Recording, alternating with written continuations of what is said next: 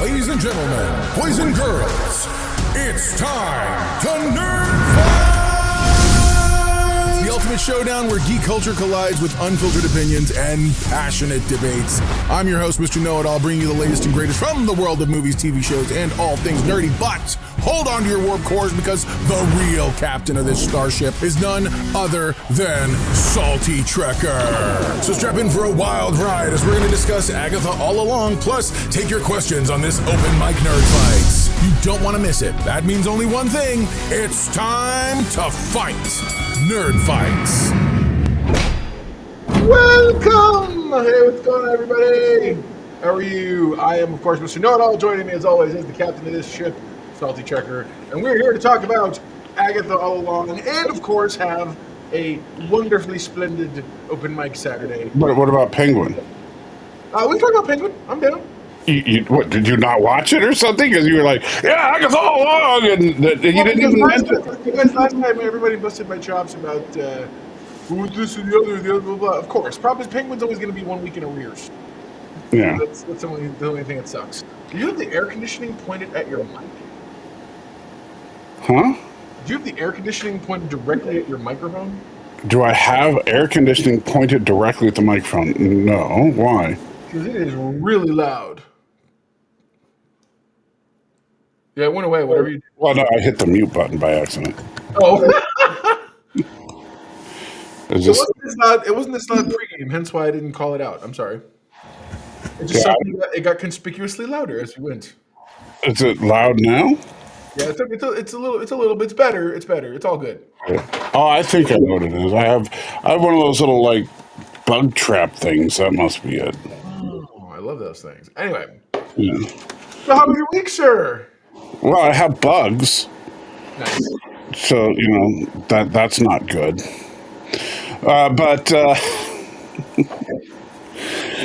No, I'm still looking forward to, but the next time we speak, I will be a cyborg, so that's exciting.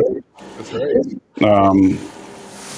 And then I just actually got off the phone, and I might get another phone call during this show, because I had to schedule my annual MRI where they check to make sure I don't have any new holes in my head. Holes in your head is good. And so the problem is that I was like, well, so they are putting in this cybernetic implant. Is that going to be a problem? Oh yeah, no problem at all. And 5 minutes later, she calls. Okay, so we're going to have to talk about that. Let's have a conversation about this implant thing. Yeah. So we'll see. They'll just need all the details on the type of implant it is and blah, blah, blah, blah. Because people with pacemakers get MRIs. They just can't always do them the same way or with the same type of equipment and stuff. And this isn't quite at the level of a pacemaker. But the last thing I want is to be, lying down in the MRI machine and have the magnets in the machine pull a battery right out my skin. That would be, that would be terrible. Yeah, that would be horrifically bad.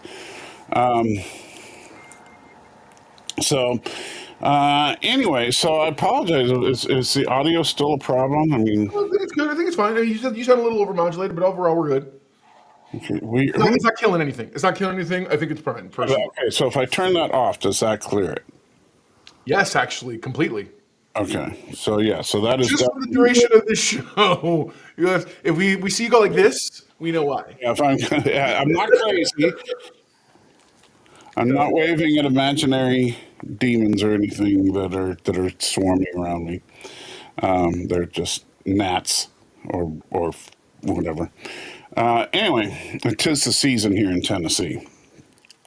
I don't know about Georgia, but man, end of summer, beginning of fall, you just get swarmed because the bugs try to come indoors. What's everybody call it? Ragweed.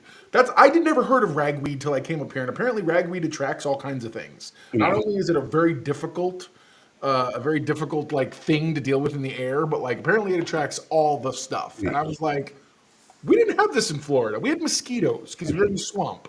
Okay, Are mosquitoes the same bird in Florida? Say that again. Aren't mosquitoes the state bird in Florida? That would be the hummingbird, but yes, very close. Yes.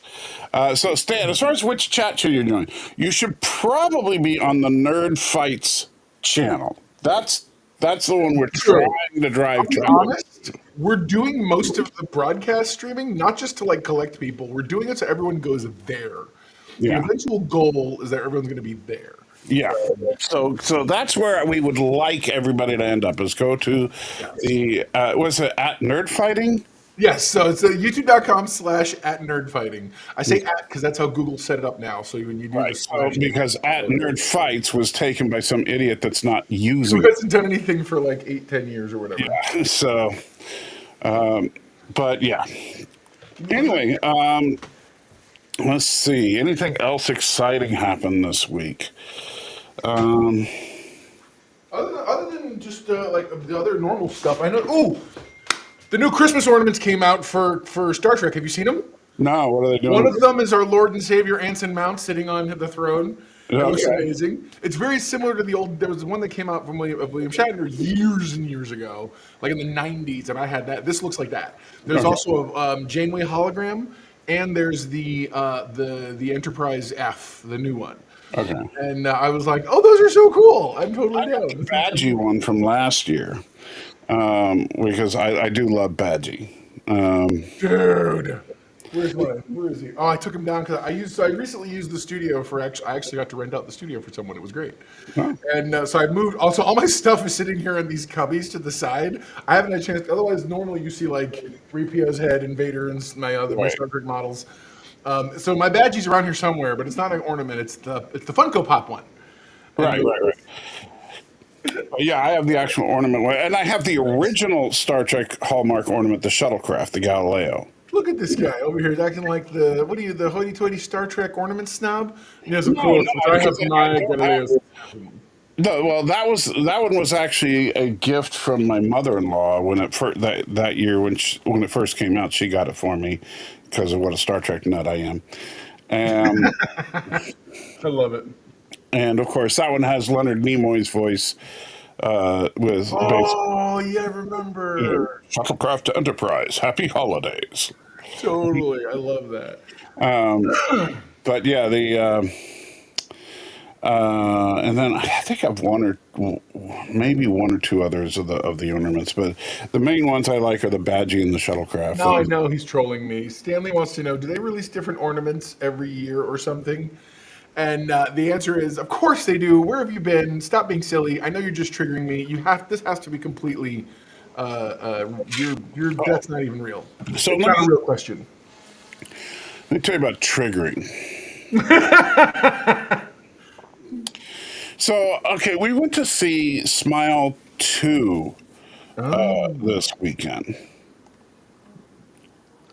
So I had heard of Smile 1.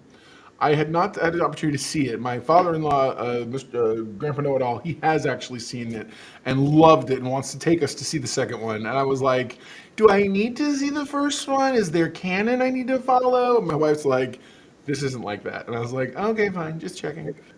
Because you don't know. I'm like, I don't know. Whatever, man. That's the spookiest and scariest face ever. So, yeah, Smile 2... do you need to see Smile 1 to see it? No. It puts a little more in context, like you know better what's going on. Because you already, because Smile 1 is typical with the supernatural entity type of genre. Okay. They spend a lot of time trying to figure out what the supernatural entity is, right? And because that's what a lot of these movies do. Sure. In Smile 2, they assume you've seen Smile 1, so they don't waste a lot of time trying to explain this. They're not explaining anything. Well, they explain it a little bit, but not nearly at the level they do in Smile 1. And so you more or less just kind of experience it with the main character. And so she doesn't know what's going on. So if you've never seen the first one, you don't know what's going on either, except that there's a lot of weird smiles involved. She doesn't know which one. I love that so much. Yeah. She doesn't see the first one either. That's great. And if you consider smiling to be... Dude, well, and they weaponized Jack Nicholson's son. Yes, He's in this, but like not. I guess everyone's like, well, that's it. Nepotism, the epitome of nepotism. They wanted the reprising face. his father's role as freak in a crowd. Yeah, it's really From the end of The Shining. That's yes. really what it was. Jack Nicholson's son is plays her dead boyfriend. So you see him in a flashback at one point, and you see the entity pretending to be him at another point in the story. Real quick to answer Stanley, did anyone see Substance? Yes, actually, I got a screener link for Substance from a friend of mine. It's good. I just haven't had an opportunity. I've been so busy this week with other stuff to put out a review. It's Substance is good. It's Demi Moore and the new gal. I can't golly, her name literally just Right, the new gal's like it plays Demi Moore on The Substance, right? Yeah, I haven't had an opportunity to really get into all the minutia of it. I wasn't prepared to talk about it. Forgive me. So that's why I don't know a lot of stuff right this moment. But it's good. She takes a thing because she's an old. Demi Moore's an old actress. She takes a thing. It makes her young, but the problem is she begins having almost like alter ego conversations across the young version versus old version of herself. And so it's very interesting, especially when you look at how much potentially the ideas mirror real life. And by real life, I mean the young actress who is new and upcoming and gets to do all the fun, sexy things that older Demi Moore can't do anymore. Right. And she's not playing Demi Moore. I just can't remember her character's name right at the moment. Right. And but it's very like you sit here and you go, "Ooh, did she feel this a little bit? Like, was this a little personal?" Anyway.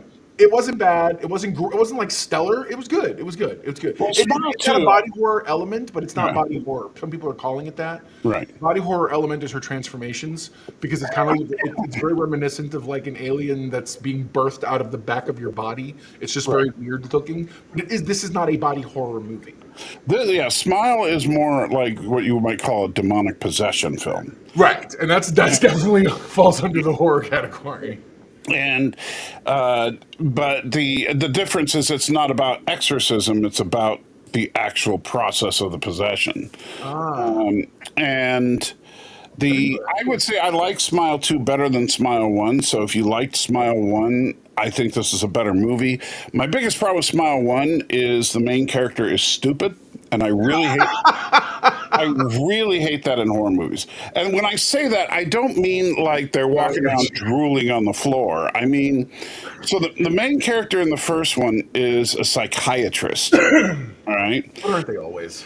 And she deals with people who are violent and suicidal and dangerous and all this. And so, the first victim of this entity comes in to the clinic where she works and is freaking out, telling her, no, I know everybody thinks I'm crazy, but there really is this entity that's after me. And typical stuff that you would think a crazy person would say. Absolutely. Literally all the things that paint her as crazier than they might think off the gate. Right. And so then all of a sudden out of the blue, and she starts telling her how it keeps smiling at her. And then all of a sudden she freaks out because she's acting like the entity's in the room, but the psychiatrist can't see anything, of course. And then she stops and she starts, I hate you so much. smiling at her. And I love the fact that we had issues with your sound, but damn it, you've got that camera set, bro. You've got that thing down on lock. so What's going on, Kate? Happy Saturday. So the You are going to hold on real quick, Kate. Please don't go anywhere. We will be getting to that. Yeah, we usually start with the show by talking about a little bit of what's going on this week with us, and things we thought, what we've saw. And this is Sean. And for those of you who just joined us, Salty has recently just seen Smile 2, so he's kind of telling us a little bit about that. We are absolutely going to talk about Agatha because there's a lot to talk about. Yes. So so then she stops and starts smiling at her, and then grabs like a piece of glass and slits her own neck. And, yeah. Bro. Yeah. Very, very traumatic experience. So harsh. Now, minor spoiler warning if you haven't seen any of the Smile films. Yeah, because the whole if you're not a smiley, we'll call them. Yeah, so Smiley. If you're not a Smiley, Yeah, we'll make the way that the Smile demon entity, whatever, Right. begins to infect you, as they say, is by killing its current host in front of you. Wow. So it's transmitted to you only Through if it trauma. yeah, through trauma. Jeez. And so, which is kind of interesting, is it's a trauma-based demon. So remember, I told you that the main character is stupid. So now, psychiatrist, expert in mental illness and all that, sees this happen. Within a couple of days, she starts to realize that it really is real and that there is something after her, and it's causing these. She's having the same kind of manifestations that this patient was describing. And so, what does she do? Does she rationally and calmly, as a psychiatrist would, try to reach out to people and discuss? Who's a subject matter expert? Maybe a priest, or who does she? No, Hold on. Time out. she runs. Hold on. I may be possessed. Who would the subject matter experts be? Well, I think feel about. like that would be the least interesting version of that movie. Oh, I know, but I'm just saying, realistically, if you haven't. No, I got you right. What do you do? Right. But no, what does she do? No, she goes to her own therapist. She's like, oh my God, there's something after me. I know I sound crazy, but there's this thing, and nobody can see One it. person you know is going to commit you. Yeah, and it's like she's acting exactly like one of her patients. And so it's That doesn't help that in the psychiatric community, that's common. right. Everybody knows every good shrink needs a good That's shrink. not an academically correct term all the time because you hear everyone's nonsense. Right. And the thing is, though, is that, like, so in actuality, and I have, two family members that were in the mental health field. And I know that, like, both of them have had their issues, but they wouldn't suddenly freak out and start acting like a mental patient just because they knew they were dealing with something. I agree. And so I really didn't buy that. So this one, the sequel, is not about a psychiatrist, it's about a pop star. And so while she's not super duper uber intelligent or anything, her character was much more believable to me than the psychiatrist. Bradley goes, I wish something like this would try me. I drive it insane, not paying any attention to it, or maybe too much attention to it, asking how its day is going. Yeah, hey, how do you do? Well, I got Can you imagine? I don't know. Should I give a big spoiler about this movie? Because there's Dude, please. Come on. If we're not spoiling it, why not? If you're really worried about spoilers for Smile 2, turn away for like the next minute. All right. So check this out. And this is what I think is the most clever thing about Smile 2. Even though I figured it out very early on in the film that this was going to be the demon's ultimate tactic, Sure. it's logical and it makes sense and all that. Once it gets itself into a celebrity, kill itself publicly. Shut up. So, so people can, would all those people be deal with it? At a Coliseum packed Wow. sold-out concert, she That stabs explains it. herself in the eye with her own microphone. That explains why everybody says this movie is way better than the first one. Yeah. Like, this is one of those rare, everybody, so what I've been hearing, word on the street is that the reason people like this one version so much is that it took everything. It's one of the few movies that takes everything that was good and rather than going too far, gives you more of the best stuff in the best way. So a lot of people are like, this is an excellent sequel, and this is how you should escalate. It is a good sequel. And so, even though my biggest problem with it as a sequel is that it has taking out all the Swifties at once. Yes. Okay, for everybody watching who's a Swiftie, that was him, not me. So the You don't understand. Okay, I made one joke. What? About the fact that Taylor Swift's movie was a certain, and this was on my news live stream that I did for maybe 4 weeks, so barely had an audience of any kind. I got a raging like a Swiftie comment in that it was ridiculous, and I'm like, ooh, I am not doing this. Though they are scary. Well, let me say this. And I wish I was making this up, 3 films this year that have come out starring a pop star with multiple songs in it. Yeah. This one I think is my favorite. So the Poor news. M. Night, his kid can't get a break, man. Well, don't worry, that one's second. I mean, No, I hear you. Okay. actually like Trap. What did we? Halloween movie wise, we watched this week. We watched Hocus Pocus 2. We watched. I believe we're gonna watch The Exorcist, and then this week, and then we watched Halloween Ends, which was the only one I hadn't seen yet. Do you have Shudder? We did. We did for a while, and then I realized we didn't. They didn't have enough good stuff new to keep my attention. I don't remember if we talked about it last. I don't think we did.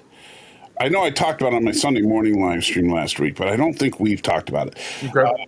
Well, last week, my wife and I watched on Shudder Late Night with the Devil. I've heard that's really good. I was shocked how good that movie was. It could have. The ending should have been tweaked, and I talked about that on my Sunday morning live stream.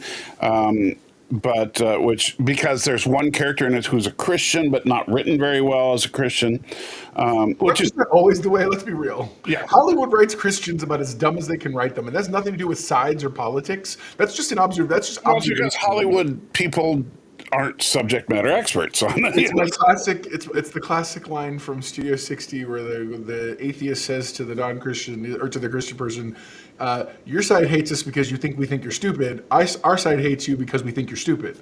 And it's like that's exactly the scenario that exists in real life, and it's never more on point than when you watch movies that are written and they go, "Here's the Christian person." It's either this horrifically devout blonde girl who is doughy-eyed and stupid as the day is long, or it's this seedy, back-dealing, what do you call it, televangelist-looking shady or like some kind of child molester. Yeah, so like there's no middle ground for anything honest. It's always those two extremes. Right. And the Christian in this he was ineffectual, let's just say. Ineffectual. He's the only. Great way to put that. He's ineffectual. Well, the basic plot is that a late night talk show is desperate for ratings, and so they bring on a demon possessed girl, and it turns out she really is demon possessed, and so so things go crazy live on air. Well, the Ed McMahon stand-in character, right? The Ed McMahon analog, if you will. Yes, he is the Christian character. And and he basically is the only person, and I'll give them credit for this part, he's the only person who figures out that maybe bringing on a demon-possessed person on live TV is a bad idea. Right? Sure. And he keeps trying to protest that this is a bad idea, and they keep saying, "Oh, just take your Bible thumping and go somewhere else with it, you idiot!" Right? And so, what they should have done with a character like this, if you're going to go through the trouble of making him a Christian, of making him discerning enough to know that what's going on is a very, very bad idea, sure, then you should make him help with the ultimate solution of the demonic situation. Or at the very least, have him be someone practical, even if he's going to get his butt handed to him by whatever. Right. At the very least, have him be like, the power of Christ compels you, something. He literally says that. Does he really? Yes. Is this a world where The Exorcist exists? Yes, because Okay. and this takes place in 1979, so it's like shortly after, when The Exorcist was very well known. So he literally pulls out the crucifix and starts yelling, "The power of Christ compels you," which no actual Christian would do. No, not even any Catholics I know would do that. Yeah. And so what does the demon do? Just kind of looks at him and his neck Nothing beats Yeah. nothing beats Jonah Hill's character from This Is the End, where he's demon possessed and the No, guy that's starts for going, "The power real. of Christ compels you," and he says, "Really, Jay? Does the power of Christ compel me? Is that what it does?" And I was like, "Stop it right now." But you see that I buy because Jonah Hill's character was not a real believer. No, but it was great the way he did that. Oh, sorry. Which This Is the End is a great movie. That's So tongue in cheek, let's shift over real quick. Before we do that, though, I want to pay attention. Stanley, you said he watched A Quiet Place Day One. Wife and I watched that a couple weeks ago on the streamings. It was excellent. He's right; it doesn't expand the lore. we saw that when it first came out at the Right. beginning It of this doesn't year. expand the lore a whole lot. He's absolutely right. But it's a beautiful movie. And it's funny, knowing that they weren't going to be adding anything new, we were just seeing people's story. It felt to me like the right way to do sort of a Rogue One. And by that, I just mean, these people are not, some of these are not going to make it. And I'm okay with that. Like, I'm okay with that knowledge. And the way they did it was actually very, very well handled. So that movie I want to say for Mrs. Know-It-All and I, that movie, we both gave it a 7.5. Yeah, in we. terms of I what it don't remember was. exactly what we gave it, but I think we gave it around 7.5, 8. Yeah. It was. It's a really solid movie, and in fact, I think it's significantly better than Part 2. Funny enough, I think I would actually watch these in the order they were released. I don't know that I would watch them in quote unquote timeline order. Like, I don't think I'd watch day one and then. I think Part 2 is a weaker film. Is all I'm saying. Well, because no offense, part two is the rebound. It comes up after the resolution. We've already got the resolution. All you're going to do is tell us more story in that world. Right. So why show us boring characters who oopsed into a solution rather than showing us the solution at work or something bigger? Anyways, that's why I didn't like it. Okay, let's actually get into some Agatha, shall we? Are we talking about Agatha first or Penguin first? Let's do Agatha. Let's do Agatha first. Because I like Penguin, but Penguin didn't last to the end. And we can talk about because there's a lot of good stuff to talk about mine there. This week, both shows featured flashbacks. By the way, Yes. it's so funny. Which I predicted last week. This has nothing to do with people and the but good writers can't help but this is an excellent example. Like, I wish this was a master class. Hey, here's two separate shows. They both want to do something kind of similar here, and they both formulaically go down the same road. Now, each production is doing unique things unto their genre and of themselves, but they're telling stories in a way that we sit here and we go, oh yeah, this is this, that is that. It's made it a far more enjoyable scenario, unlike something, and I hate to keep bringing it up, but it's the biggest failure, in my opinion, of storytelling, The Acolyte. Right. It had nothing to do with the gender or the witches or whatever, which I always say just because people want to get dumb, and everything to do with just bad storytelling and bad formula. Agatha is brilliant. This week's episode was focused on what's-his-face, on the character of Teen, who we now know has been revealed to be Billy. Kind of. Yeah. Remember I told you that this was a very complicated okay. thing in the comics? They did it. A little different, but they did it. Was the episode good? Yes. Am I on board with their explanation of Billy? Not really. I thought it was a cheap move to make him basically he's not Billy, but because he died right when the whole hex was disintegrating, the hex somehow reincarnated him as Billy. So it isn't okay. It isn't that complicated. It's far more simple and a little even sillier. The entire gist of it, because someone explained this online after I had done my review, and I was like, "That's brilliant. That's exactly right." At the time he was created, Wanda was still very much infused with her powers come from and stem from the Soul Stone. So as a result, she still has very Soul Stone-like type stuff that's happening in her inside her. Having to do with her, not Soul Stone, forgive me, the blue one. The Mind Stone. Right, the Mind Stone, thank you. When she created her children, she wanted them to be very much autonomous, unlike the people in the town that she had to control, just like Vision. Vision and her two kids were all made special from the Mind Stone. You also learned this factually, if you want to back up my math, At the very end, when she's facing Vision, and she explains to him, and he's like, well, then I guess we have to keep doing the thing I got. He's like, I'm gonna fight to the end. I'm gonna do this because she gave him his own ability to be his own autonomous thing. That's why she couldn't just stop him. She can restart the day, and Right. that's why he was able to notice, and why the kids eventually noticed, is because they were independent. When everything was breaking down, the spells were doing their thing. She absorbed back into her the stuff from her vision. All right. So She never did it with the kids. let me school you a little bit, Creep. Because no, it's not. Even though Wanda's powers are more in line with the Reality Stone, because her power is literally to manipulate reality. And they're red, which is the Reality Stone's color. Right. However, she gained her powers from direct exposure to Loki's scepter, which contained the Mind Stone, Correct. not the Reality Stone. Correct. Now, you're not wrong in that I'm sure someone's probably trying to hand wave away all of that and make it what you just said, but it's the very reason why she was the only one that could kill Vision.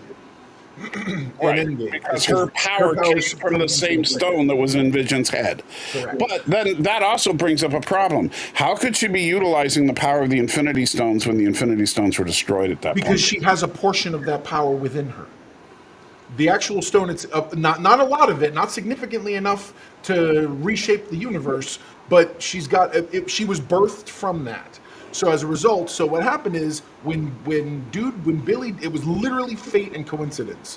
When William is dying, the Billy energy shunted over into the nearest place. Because you hear briefly when they're pushing in on William's body in the car after the accident in the episode we're talking about, and you see this, you hear, "Goodbye, Billy. Goodbye, Tommy. Wait, hold," and you hear him say something along those lines of, "Hang on, wait a sec, what?" Something, and then boom, you see Dude open his eyes, and there's a brief like type moment, and it's more of an accident. This wasn't on purpose. That's the reason why he's looking for the reason, the why, the for what's. He's trying to figure it all out.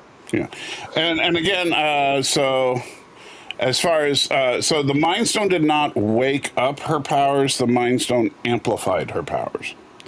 And they actually remember they talk about that. Well, it depends. Have you looked We watched.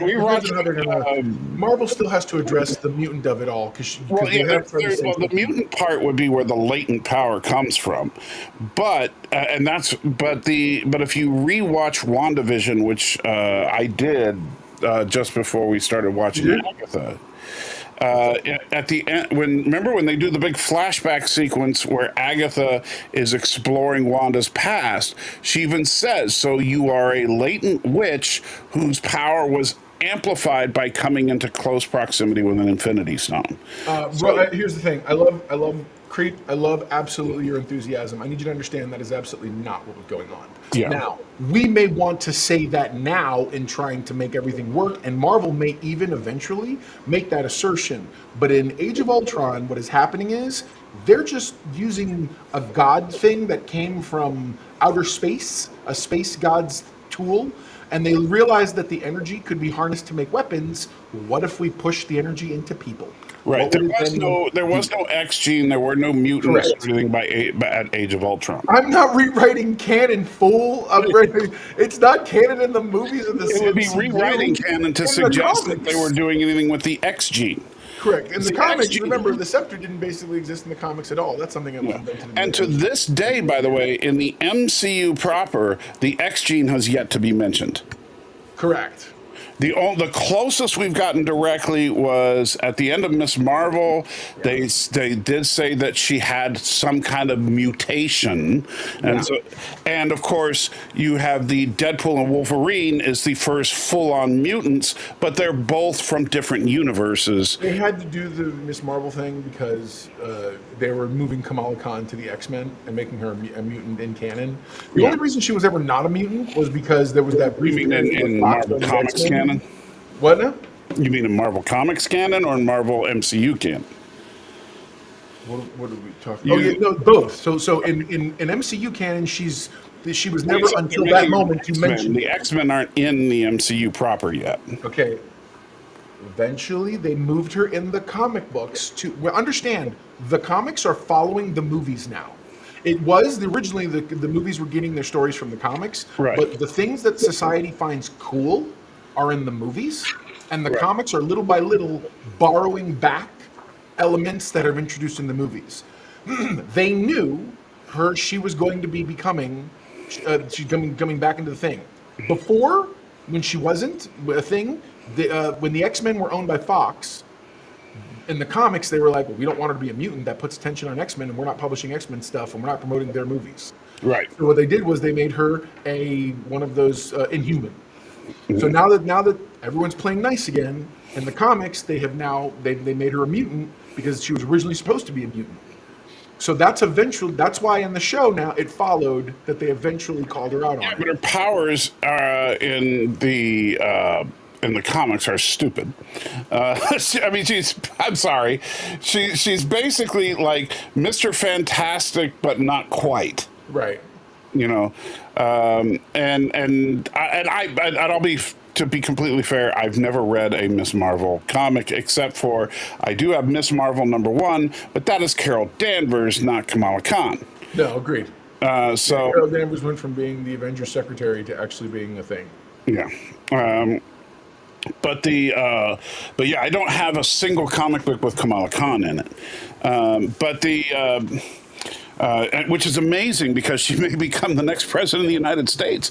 But I hate you so much. Sorry, Kamala Khan. So anyway, But and the problem, Creep, is I get that there's the whole thing with mutants can't be mentioned. Well, they couldn't at the time. Right. And the funny thing is because Scarlet Witch and Quicksilver were in both Avengers and X-Men, and so they kind of had this weird status of being able to be in both. And so that's why both used them, but that's why they weren't mutants in the MCU, but they were in the X-Men movies. But, you know, hey, what? It's okay, really. I'm finding it fascinating hearing the elderly statesman on the show talk to us about early 90s comic book characters. But please continue. I'm talking about, classic comic book character. I mean, I know they're talking about Kamala Khan and Ms. Marvel, the character. Now, I understand that you want to veer us to the old stuff because, I mean, obviously it's in the title, but I feel like let's keep it here, Grandpa. Well, no. Here's the thing, and I don't find the funny thing is I like the girl playing Kamala Khan. Oh, I do too. I think she's wonderful. She is absolutely you know what? I know it gets a lot of shade, but I didn't hate the Marvels, and a lot of that was because I didn't hate her in the Marvels. Well, no, I'm just saying. Yeah, was the plot great? No. Was it a great MCU film? No. But I didn't hate the movie. No, my issue again was that they just kept talking not hating it was seeing it through her eyes. My issue is they just kept talking about a better movie. Yeah. Everybody who knew Ms. Marvel or knew Captain Marvel was like, yeah, remember this time when we did this really cool thing that's way cooler than anything happening right now? Yeah. That was a problem for me. Other than that, I actually did. I dug Kamala Khan. I dug the vibe she brought. I liked the teleporting energy thing. I thought it was clever. Yeah. You know, that was very interesting. I actually like Photon too. I just loved seeing her as Photon. Finally, loved it. She was super cool. Yeah, Carol Danvers, unfortunately, weakest part of the movie. Very. And ironically, she was the weakest part of the first Captain Marvel movie too. So, but it's very because of how she was written. Like, I don't want anybody thinking I don't blame Brie Larson. I love Brie Larson. I think she's an excellent actress. I think she does fun stuff. I think she takes a lot of credit. In King Kong, I thought she was really good. Brilliant. Very good. And so, yeah, people that hate on Brie Larson because she made that stupid comment about how that one Oprah Winfrey movie was not for 40-year-old white dudes. Look, she is a Hollywood liberal. And if you're going to say, you know, anything she's in is toxic because she said that and that was a horrible thing for her to say, then you should just never see another movie. Yeah. Because I'm sorry, they're all reprehensible, horrible people. Yes. I have no respect for, you know, and even like people say, well, you know, this one actor is a conservative. No, that one actor is less liberal. Because the funny thing is, even the supposedly conservative actors in Hollywood, if you were to actually plop them down in, on Main Street in some small town in Tennessee, guess what? They're going to freak out. Real quick, out of the blue, Creep has randomly decided to say, but again, this is open mic, so I'm down. DC has Wonder Woman overpowered now. DC is doing a thing called Absolute right now, which is the Absolute Universe. It's their version of like Marvel's Ultimate Universe. It's supposed to be a slightly more grounded, more gritty take on the heroes. They've given it a very, very good reason and valid reasoning for it. It is a universe that exists. It is not the main universe per se. Stories are still going to continue and other stuff. But Wonder Woman, I would argue, she is exactly as powerful as she's always been. She's just showing it off a little more aggressively than she used to. Wonder Woman has gone blow for blow. Things. What? Is she still weak against pointy things? Was she ever weak against pointy things? Oh, yeah. Why do you think she needs her bracelets? The bracelets are against bullets. No, the bracelets, you could... And they were actually bracers back in the day. Anyways, look, hang on. Don't derail me. Let me get my point out, and then we can hot topic this if you really want to. All right. But the point is, she's gone toe to toe with Superman. She's exchanged blows with Darkseid, and she's always seemed to live and manage to survive most anything. She can swim underwater or in space and fly around in space. She's which means pressure-wise, she's very just naive and vulnerable. I think the only thing she's never really done is moved a planet before. But other than that, like, she's really strong. Her lasso is also very strong. So I don't know that she's overpowered. I think she's showing it off. She's much more gritty now than she used to be, which is, I'm like, whatever. Now, when it comes to has her character evolved? Oh, absolutely, it's evolved. Well, keep in mind, she's an Amazon warrior. It depends on which version. What in the world are you talking? Yeah. Creep? Do you even read comic books? Her dad is Zeus. She was created by the gods. Yeah. She was not she's not birthed. They have many, many origin stories. Everyone leans on the fact she was actually created. She was created by Hippolyta. She was carved out, and then Zeus breathed life into her because he fell in love with Hippolyta and wanted to do something nice for her and gave birth to her that way. But she's not just a person.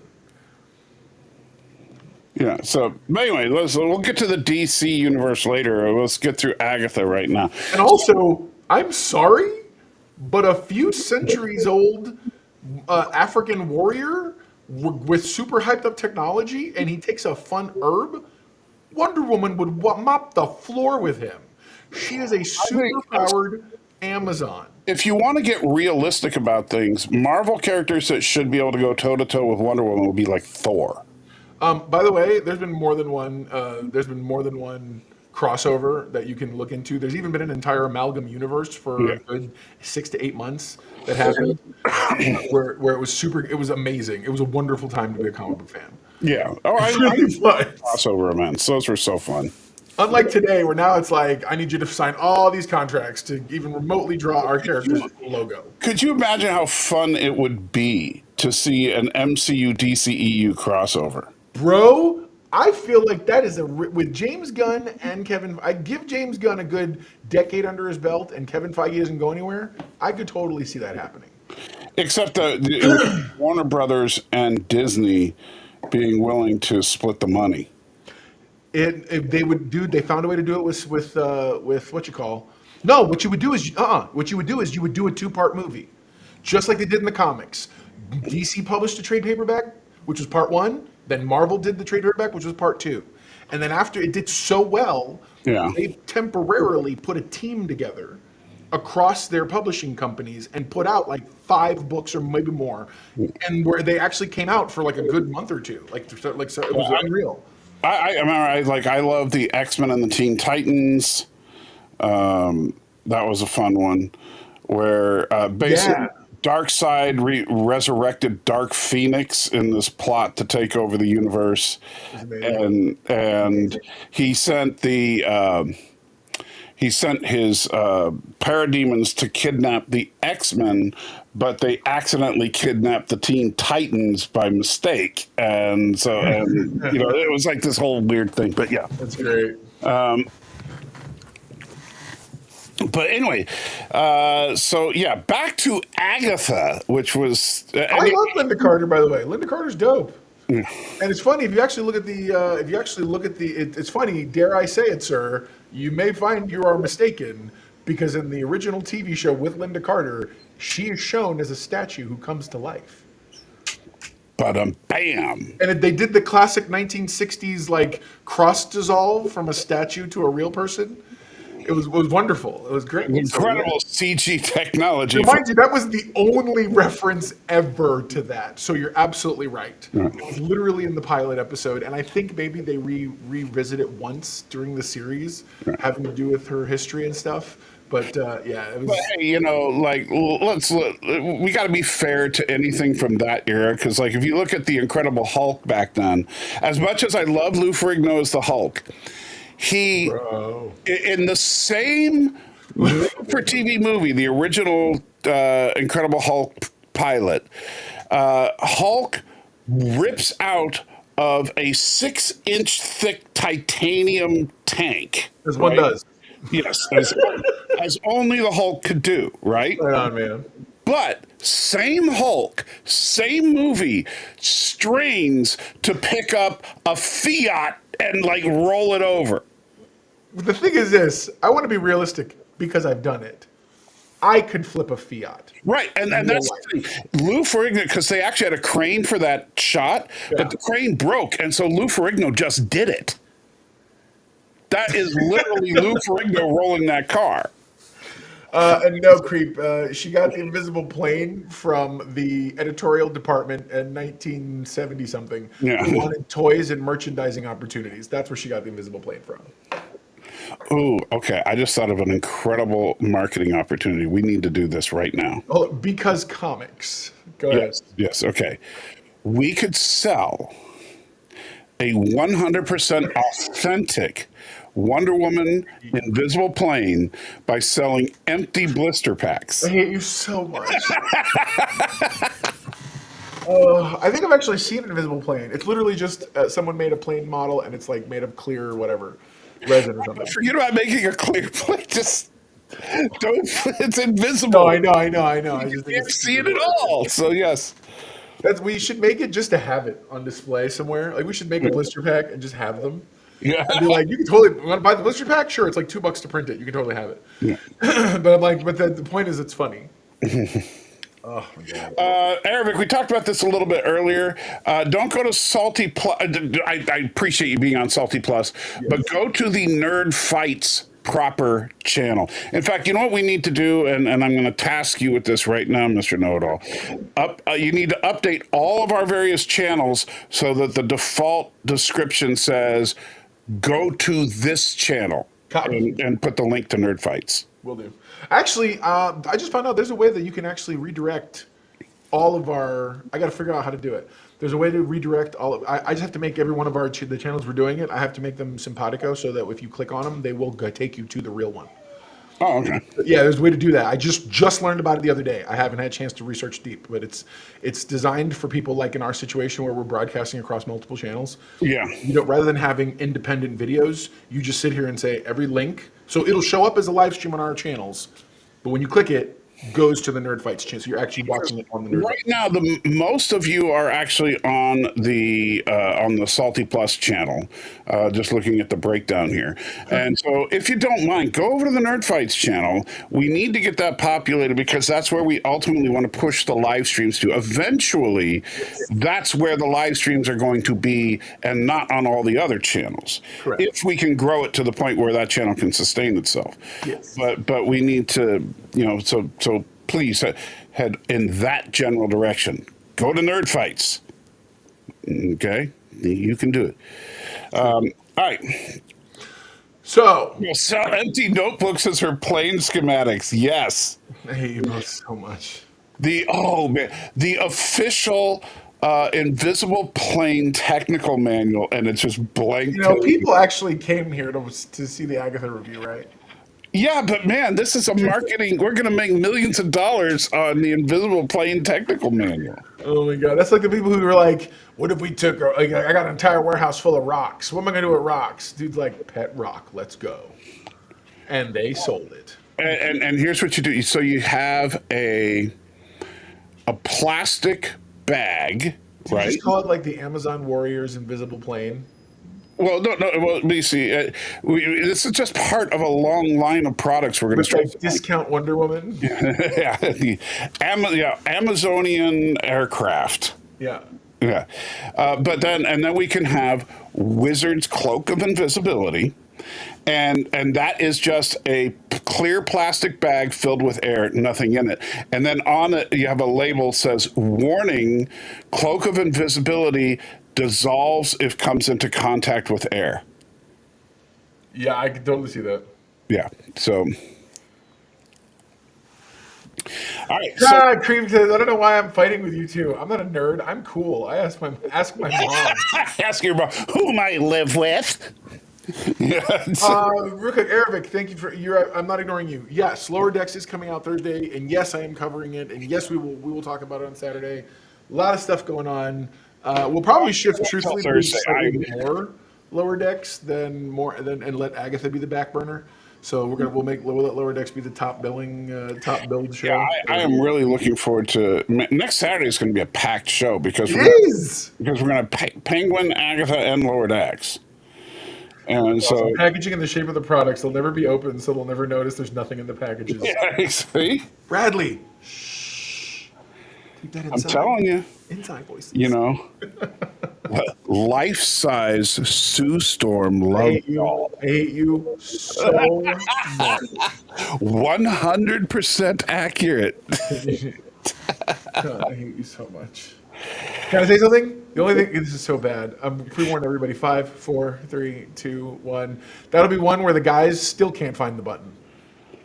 How do you inflate this thing? I don't know. I can't find where do I blow it to make this thing go? Sorry. Oh goodness, this is just we're being so bad today. Tristan is here, one of the cool kids now, and yes, you absolutely are. Welcome to Nerd Fighting. Yes, more people on NerdFights. Thank you. So about a third of you are on the NerdFights channel. So thank you for all of you that are there. Like, we're shifting. I promise. We're going. Yeah. All right. So back to Agatha. So Yes. Billy did not buy the excuse that Billy is just some random guy that happens to look exactly like Billy. He doesn't look exactly like Billy. He's got some. He's got big eyes, but I don't think Billy. I thought at first he has the angular cheeks. I was like, are they trying to show him? Everybody figured he was Billy from day one because of what he looks like. I don't know. That's not why I thought it. I thought it just because of the way he was acting was really now it makes sense, obviously. Because If you just figured it was her kid, why not be, Tommy? Tommy's not magic. Tommy's a speedster. Tommy takes after his uncle. Which makes no sense, by the way. No, it's just a thing. It's just the way their family disseminated the powers. It Yeah. happens. But if they get their powers because their mom, I mean, shouldn't he be an uber speedster like the Flash because he's been enhanced by the Infinity Stone? No, because I think he was just a speedster. Like you said, the Infinity Stone just ignited what was there. And also I think she kind of did have something to do with that. Did not get a notification for this channel. Well, Penny, check to make sure notifications are on. I can't control if YouTube sends them. Yeah, YouTube sometimes is a pain. Yeah, but but yeah, and by the way, I did. So real quick, Stanley, that's a great question. Go on, answer. You say what you were gonna say. I thought that the gay bit was a little meh. It didn't bother me any more than it is. It bothered me so much, but it felt a little forced. My whole thing is it didn't bother me because I looked at it for a brief second and was like, it didn't bother me any more than it would if it was a heterosexual couple doing the same exact thing. I could care less. As long as they weren't like, because there's times where it's like, blah, blah, blah, blah, blah, coming out or this and that, blah, blah, blah, and you have to live in that moment and you're like, okay, why can we just, you're telling a story. These are characters in the story. Just go. But Nobody sits here and is like, yay, I'm heterosexual in a story. Just move on. But here's where my problem with it comes in. Again, I don't think it's necessarily a detriment to this story. Yeah, go on. Huh? Go on. I don't think it was a detriment to this story that he happened to be gay. What I have a problem with now is it's like, wait a minute.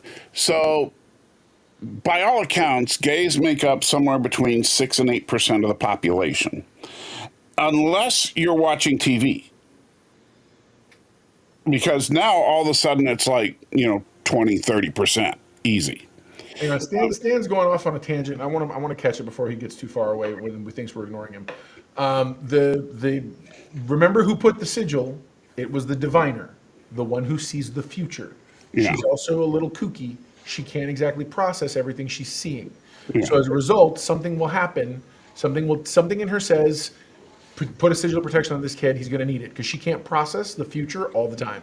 So as a result, she'll go into a weird trance, do a thing, and it just so happens, as we were explained before by Agatha, setting all the nice breadcrumbs, when they were done, there was nothing she couldn't remember because the minute you set the sigil, They showed that at the bat mitzvah. What now? They showed that at the bat mitzvah. But he was trying to figure out why she didn't know who he was.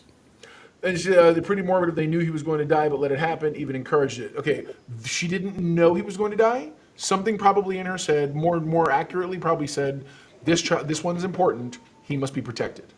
Right. For whatever reason, the future said that to her.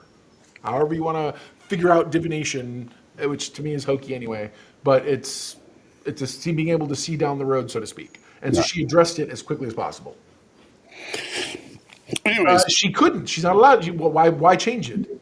If the outcome's going to happen and she just gave him a sigil to protect him, that's probably why. Chances are the sigil could have also been another reason why he got sucked in. It could have also been some way of pulling him in. We might even find something like that out. Right. Like he was meant to get involved. And so what do you think his goal is at the end of the road? Do you think it's to get Tommy? Absolutely. Hands down, I think that 100%. And I think that's how we get Tommy. Right. I think we're going to get Tommy, and then but here's my question. Sure. So they transformed random Jewish kid into Billy, right? Because Billy died, or random Jewish kid died, and then he becomes Billy, right? Yeah. What if Boner becomes Tommy? I can't see you. You leaned in to be dramatic, and you disappeared. I was looking at your sofa chair. Oh, sorry. How about this? I hate you so much. So, what if Boner becomes Tommy? That would be weird. That would be so weird. And by the way, credit to Evan Peters. His portrayal of Boner in this really redeems the stupid Boner joke from WandaVision. I agree. Because he was traumatized. Oh yeah, they did wonderful with that. Like I was really surprised by how well what a great performance. And yes, that was him. That's the amazing thing, Stan. It was, you wouldn't even go, was that really Evan Peters? So, but yeah. Yeah, no, real. It's real. It was him, and he did a good job. I thought he did an excellent job. And then being the sort of like, he's so pathetic that he's just like, yeah, if you guys just you want to hang out, like whatever. He's just like such a weird. I love the weird. His weirdness was wonderfully weird. Yeah, but as soon as they said that the login name was Boner69, I was like, no. And he turns around. I was like, okay. Yeah. I actually at first glance I thought it was a different actor too, and so I was like, is that Evan Peters? Is it? And yeah, sure enough, I think that was Evan Peters at his absolute best. But for sure. I wouldn't mind seeing more of Boner Tommy. Sure, I'll go with that. Can we call it anything else? Yes. No, that will be his name. His superhero name will be Boner Tommy. That's hilarious. Wiccan and Boner. Awesome. And Aravic, no, currently we're not doing Nerd Fights during the week because there's not enough content to do. We may end up doing more than one show a week if we get to a point where, like, hey, we've got Strange New Worlds and something else, and both demand a whole show. And not to mention the fact that there's so many. Our recording schedules are so odd. It's it's difficult for me, for instance, to be able to watch something on Wednesday, which airs literally at 9:00. record my review, try to do anything to turn it around. I already get up at 4 a.m. every day just to handle other things and sort of make my life work. See, I was willing same. I was willing to come on right after watching the show and doing a live reaction to it just for you guys. I was. I'm not saying anything. And I think you should. I'm not saying anything about this guy. I'm just saying I was willing to do Nerd Fights immediately after the show airs so that we could like really catch the algorithm and give you the 3 people who are still on my channel, I absolutely would love to do that live. The problem is I produce my show and have a level of quality that I give for my reviews. Right, because you see, he was supposed to work on improving the level of quality of I thought I have. What are we talking about?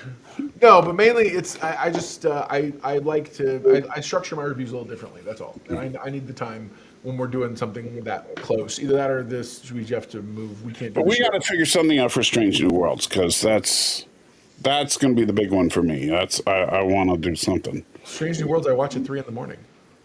when it comes on. Right. So we do Nerd Fights at 4 a.m? Is that what you're saying? I'm fine with that. Want to do 4 o'clock, 4 a.m. Nerd Fights? Let's go. Right after it's done. Yeah, we'll be like, yeah. Whatever. I'll do breakfast in Star Trek. Let's go, man. Come on now. 3 a.m. Let's go. I'll order some Waffle House. I'll have it right here. I'll order you Waffle House. It'll be to you. He's going to order me Waffle House. We're doing breakfast while we watch Strange New Worlds 3 a.m. Good morning, everybody. That's how it'll be. Coffee and everything. But yeah, so I'm. You know what? You know how my reaction is going to be when Strange New Worlds comes back on, though, right? Sure. I hate you so much. To answer your question, Stanley, because I love you asking all these inside questions. The issue is not takes, and the issue is not mistakes. The issue is. When a jump cut happens, it means you said something that you, genuinely speaking, rethought. So in the edit, you decided, you know what? I don't want to say that thing. I sounded silly. I sounded stupid. I found that it was wrong. I tend to not edit a lot of those out and instead put call outs on my screen. So I'll call a character the wrong name and just make sure the real name's on screen when I say that word so that everybody knows. Clearly, I know I made a mistake. But yeah, I can't speak to every other YouTuber out there. But yeah, I usually watch the thing, sit right down, do my review, export it out. It takes me about an hour and a half to 2 hours to edit it because I don't do a lot of editing. I don't like do a lot of cutting. It's more making sure it's color graded and all the effects and stuff are there. What takes more time than anything is adding all the visuals. Like the video clips and stuff. That stuff takes a minute. But other than that, yeah. That's just me though. Yeah, but yeah, and honestly, the whole thing with the YouTubers not doing second takes and all that and just doing all the jump cuts, it started out as a couple of people did it as a stylistic choice, and now everybody just realized, oh yeah, I can just like keep rolling one continuous take and then cut out all the crap. Well, the other problem with that is they don't realize the art and finesse of it. Right. It's the same reason why I do push-ins. There are people who just do it randomly and it doesn't feel like it does anything. I tend to like do cuts and push-ins on purpose for the sake of an emphasis. Right, to emphasize something. For example, I don't do it if I want to say, for example, you really are an idiot. There you go. See, that works really well. And look how great that looked live in real time. Yeah. Let's go. I'm going to start doing that now all the time. Oh, Michael, you clearly know. I'm going to come back to Stanley to that comment rather from Thomas. No matter how many times Salty Trucker changes his name, he's still a jerk. I have a video coming out. He mentions all the times he's changed his name. Yes. So trust me. It was hard to remember them all. You did great.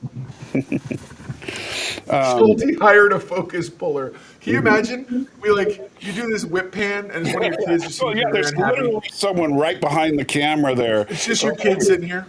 Yeah. So what you can't see my hand down here. It's like down there going, okay, bring it in, and then they just no, I didn't mean it now. Put it back. Okay. So so that's hilarious. But Stan was talking about, or not Stan, Arvik said Waffle House.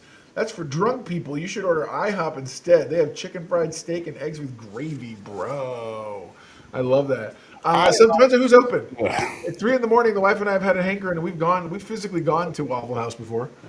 And then at 3 in the morning, and then come home and go back to sleep. And there's other times that I will look around and be like, oh, hey, look, this place is open all night, and they deliver, so let's go.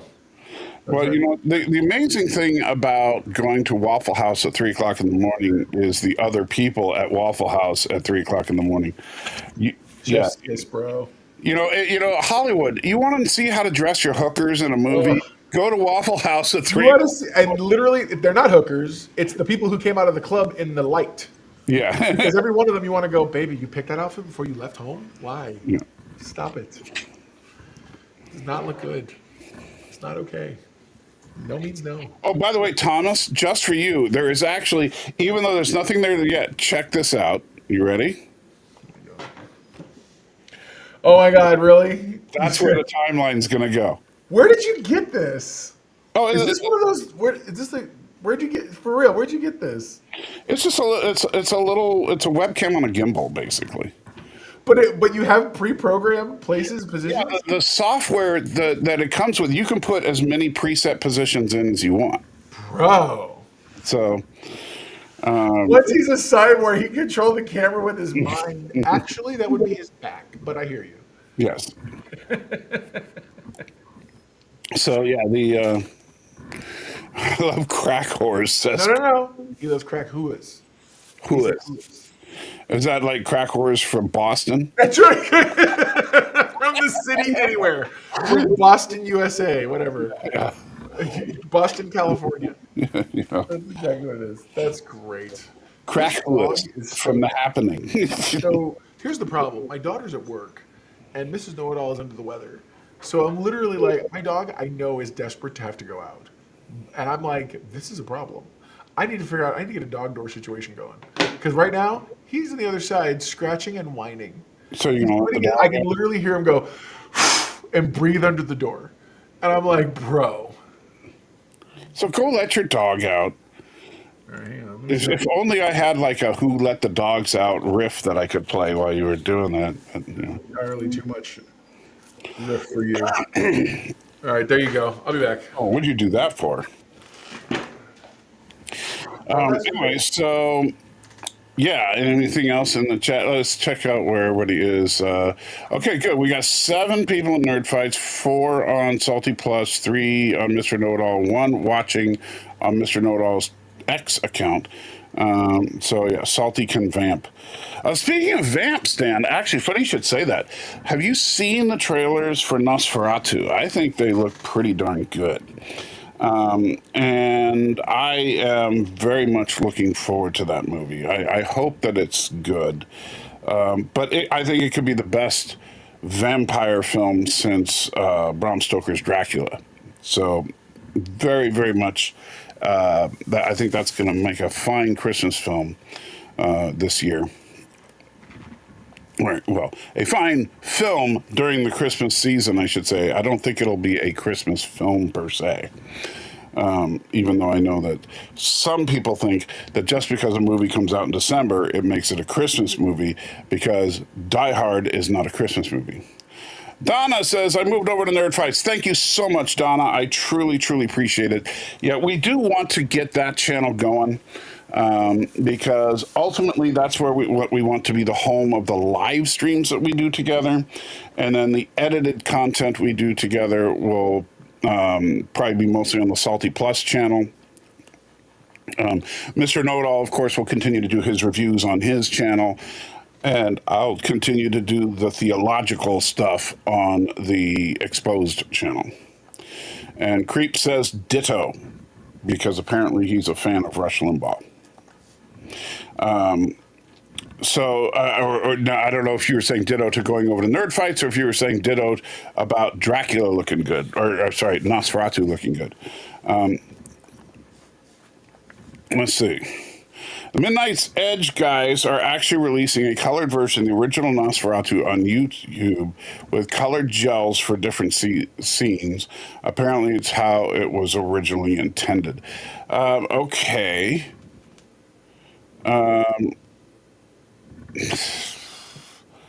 It'd be interesting to see. I mean, I assume Nosferatu is public domain, but yeah, whatever.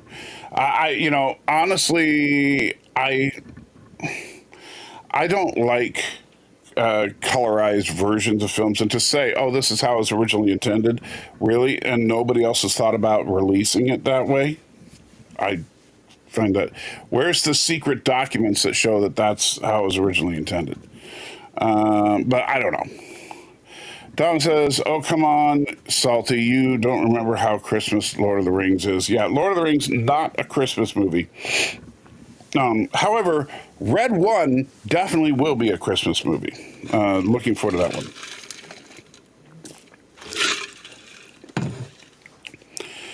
Stan says, so instead of black and white, it'll look all bluish. Well, bluish for the blue scenes, but they might have red scenes and green scenes and yellow and whatever.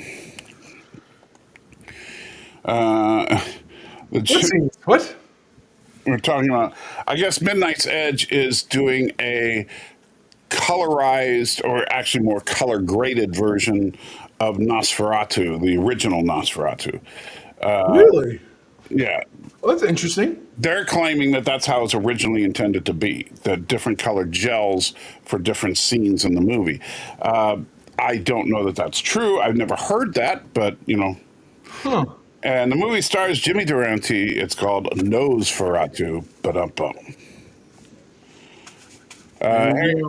Harry Potter has a Christmas scene, so it's a Christmas movie. I hate you, Thomas. I'm sorry. Look. Harry Potter, say what you will. Okay? There are movies that are Christmas movies and movies that are not. Now, clearly, Die Hard is a Christmas movie, but that isn't the point. I firmly believe Harry Potter is not a Christmas movie because it has a Christmas scene. It does not take place over only Christmas. Well, all day long, Batman Returns is a Christmas movie. All day long. Die Hard is not a Christmas movie. Die Hard absolutely is. It takes place entirely during a Christmas event. It is Christmas focused and centric. It is not Christmas focused. And at the very end of it, they go off into the sunset. And that party could have just as easily been the CEO's birthday party. But it's not, because he doesn't have a Christmas tree at his birthday party. What does that look supposed to be? First of all, you can't do that. Yeah, it's not the look, I promise. Yeah. I promise it's not the one I'm trying to go for. That's hilarious.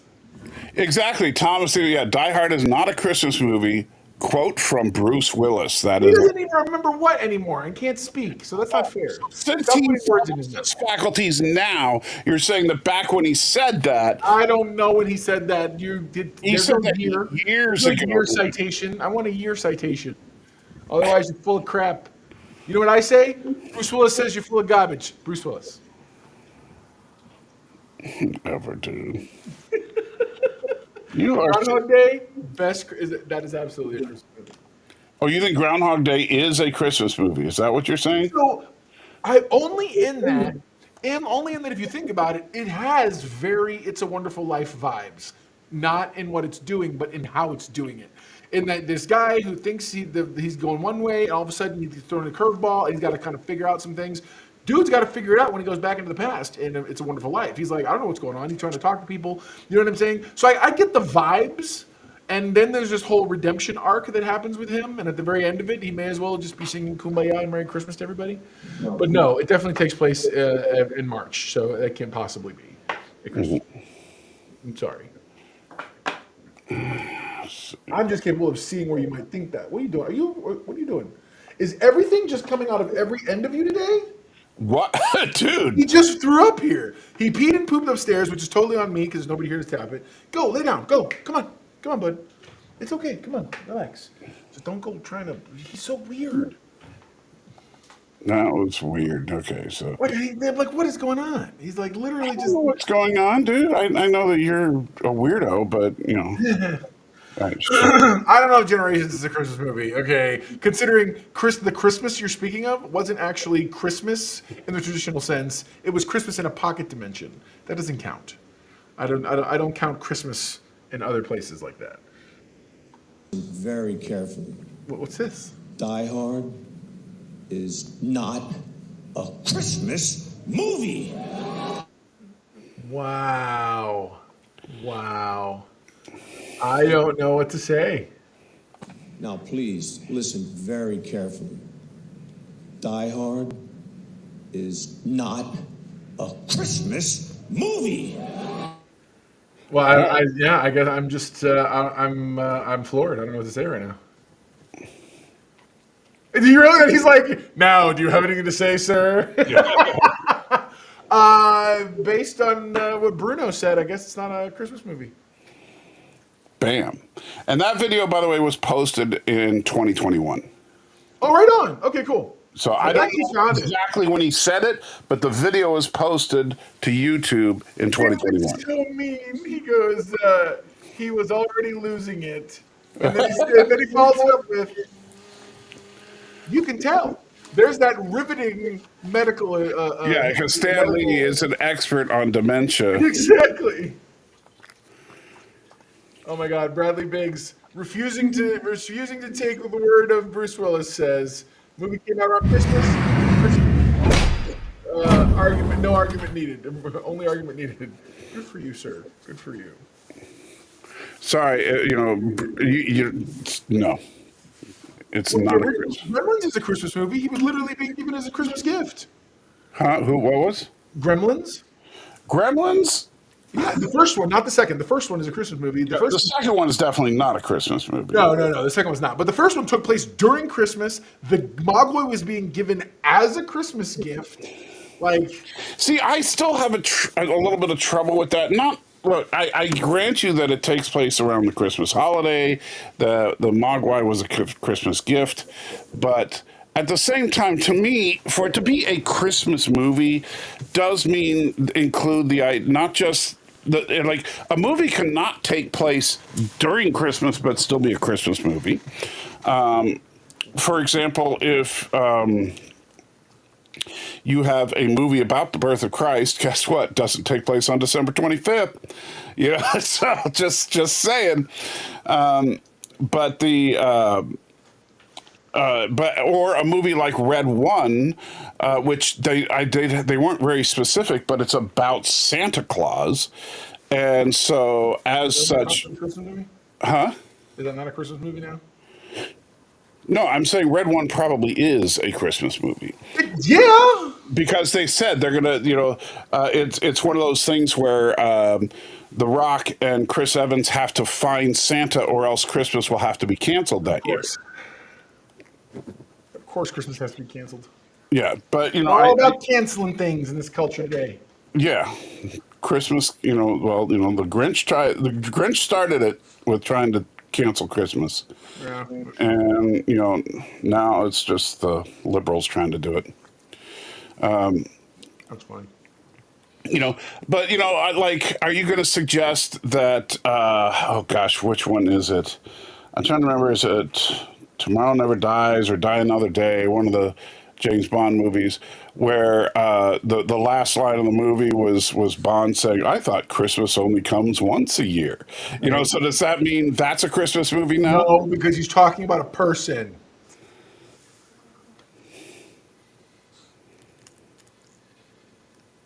Mm-hmm. It's called On Her Majesty's Secret Service, by the way. Oh, you're right. I forgot. That's one of the old ones, yeah. Zombie Cheerleaders from Hell is not a Christmas movie. I definitely will not argue with you on that. Why don't they do any Hanukkah movies? Ervig, you fool. All the movies are Hanukkah movies except for the Christmas movies. Because the Jews own Hollywood. Enter cancellation mode now. So much, The live stream abruptly ends on my channel. I don't know why. Yeah. Don't you know that every, since every major producer and player in Hollywood is Jewish, what a Hanukkah present is? All box office receipts. So the opening, he's talking, I know what you're talking about, Thomas. Thomas is talking about the opening of this week's episode of Agatha. The young man William is a William gay Jew. is no, he's Jewish. I don't know if the gay because he wasn't gay before. That may actually be a Billy affectation. I don't know. So They you, never you really think addressed that you think the original kid was not gay, but Billy was gay? No, I'm saying that's how it looks because unfortunately he didn't quote unquote turn gay until afterwards. By turn gay, I just mean he didn't come out as gay. Right. Okay, until after the Hey, possession. you're born gay, dude. I don't care. Well, I'm just saying. My whole thing is I've always The said only one that was born of the two of them was the Jewish kid. that's hilarious. So Billy couldn't have brought the gayness because Billy was never born. The singing thing this Jewish ceremony was there's this very specific set of songs that a young man has to do when he goes through the bar mitzvah, Yeah. and it's Best line of the night so far. it's true. Yeah. And yes, they can control the weather. It's a good call and a good call back. All right, where we at? So anyway, Overall thoughts. What did you think of overall? What did you think of the episode? overall, I thought it filled in the backstory pretty good. But it did it well too. Like I didn't sit here and go, "Oh my God, just tell me the story." Like I felt good knowing this information. Yeah, no, I do think it was a good episode. I still like so far the self-contained feel of the houses better. Yep. But I thought that if you're gonna do a flashback, tell the origin stuff, this was pretty well done. I can't tell who's underestimating who more. Billy underestimating Agatha or Agatha underestimating him. So I'm interested to find out. I'm guessing that Agatha is playing a long con here. I think because remember, Agatha went toe to toe with Wanda Yeah. and understands just how powerful the Scarlet Witch is. In fact, she knew how powerful the Scarlet Witch was before she went toe to toe with Wanda. She just underestimated Wanda's ability to adapt. Stan, I don't think it makes any difference whatsoever. I don't think him being Jewish or not, other than the fact that it makes it canonically more accurate to Wanda Maximoff and her family because technically Magneto's their dad. Yeah, and Magneto was Jewish, and that's why he was at the Auschwitz. So I mean, so only in that respect, maybe I think it's a cool callback to the heritage that we never ever hear talked about, Right. other than having to do with Magneto. So whatever. I mean, he clearly isn't a practicing Jew based on his lifestyle.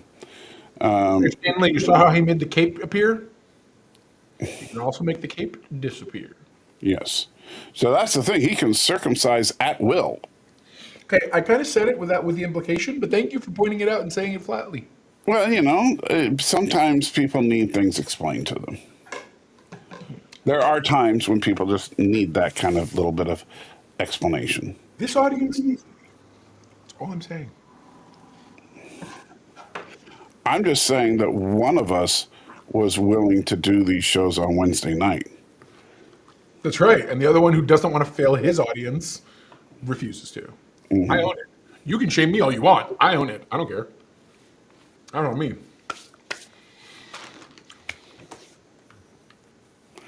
And Arabic, I did not know John has been MIA for a couple of weeks, so no, I have no idea if there's going to be Jump Nerdy tonight. Who's that? Huh? Who's John and what's Jipper Nerdy? Well, John was a former co-host of mine. We used to do a thing called Jep Nerdy, which was just Jeopardy, but generally Star Trek themed. And then John and Professor Brainy Specs decided they could do it better than John and I could, so John started doing it with him, and that was like a year ago or so. Oh. And they've been doing it on Saturday nights ever since. Nice. Well, it was kind of a jerk move, but I I know. Thank you for the head. I realized it was going to be quite so personal. I wouldn't have necessarily asked. I apologize. That's all right. At some point, like a couple of any kind, you're going to have to give me the roster and the backstory so that I don't step on toes. It's kind of hard to do. There's so much drama in this group of people. And let's see. Vision was a mannequin on steroids. Do mannequins have junk? Well, depends on if they're anatomically correct mannequins. But I would say this. Vision was just a walking vibrator. Wow. If it could love you back. I am eating. Grandpa Know-It-All, while I was upstairs walking the dog, gave me a bag of salted caramels. And Are you sure? Because you were just talking about all the stuff coming out of your dog. You're sure Grandpa didn't just put it in the bag and give it to you? For real. Yeah,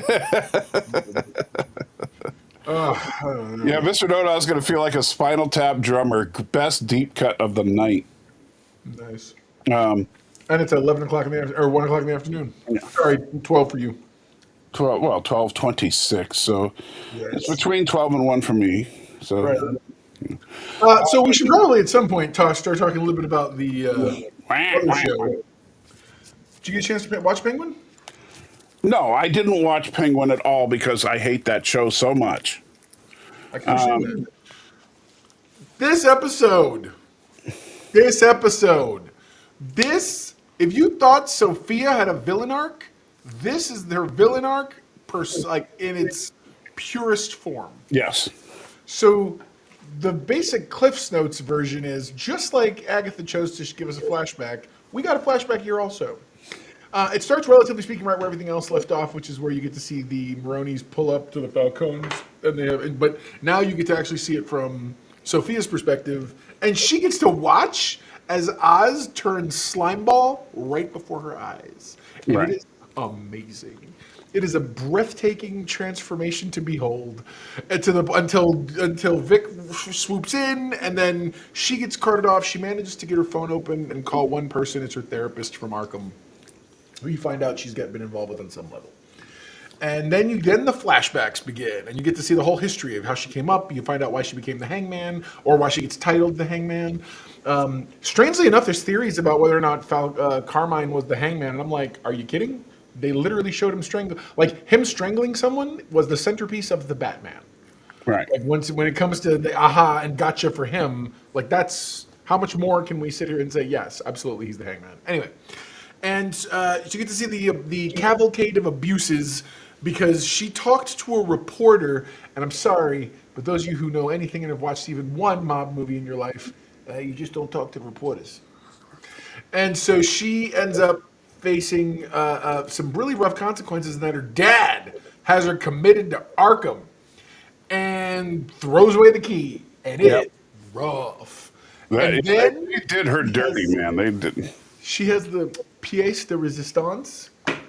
She has it's a beautiful yellow dress, and she's walking, and she has dinner with her family, and she tells them all off. Then late at night, she gets her niece out of the house and takes her to the garden and says, "We're gonna have a little sleepover. You hang out, stay out here. I'll let blah blah blah. It'll be fine till morning." She's like, "All right, whatever," and she stays there. Then in the morning, Sophia takes a walk through the house. Everybody's done. Everybody's laid out. Everyone's gone. Everyone is what we call in social media is unalived, and she's just. They may have been playing. How lucky can one gal be? She's just traipsing through the house with her shoes, and she apparently she slaughtered the entire Falcon. Took them all out. Yeah. However, now here's my big problem with that. How did Vito survive that? So they actually show she opens the window in the room where he's gonna be at. So his window is open the whole time. Whereas everybody else is pumping in poison gas. I thought it was just like the carbon monoxide or whatever, or the poison gas. But I mean, I don't think it's not like Joker's gas or something. It's just something that will kill you if you sit here and let it suffocate you in your sleep. All right. Well, I don't know. I don't think they explained that very well, because that was my big thing. It's like, well, wait a minute. He's in the house. Why is he not dead? It's a great question. You know who wasn't in where she was supposed to be? Carmine's ex-wife. or not Carmine's ex-wife, Luca's ex-wife, or Luca's wife, whatever. The blonde chick he was banging. She was found on the floor, like in the middle of her room. So Yeah. it's like, where were you at that you didn't die in your bed like everybody else? Yeah.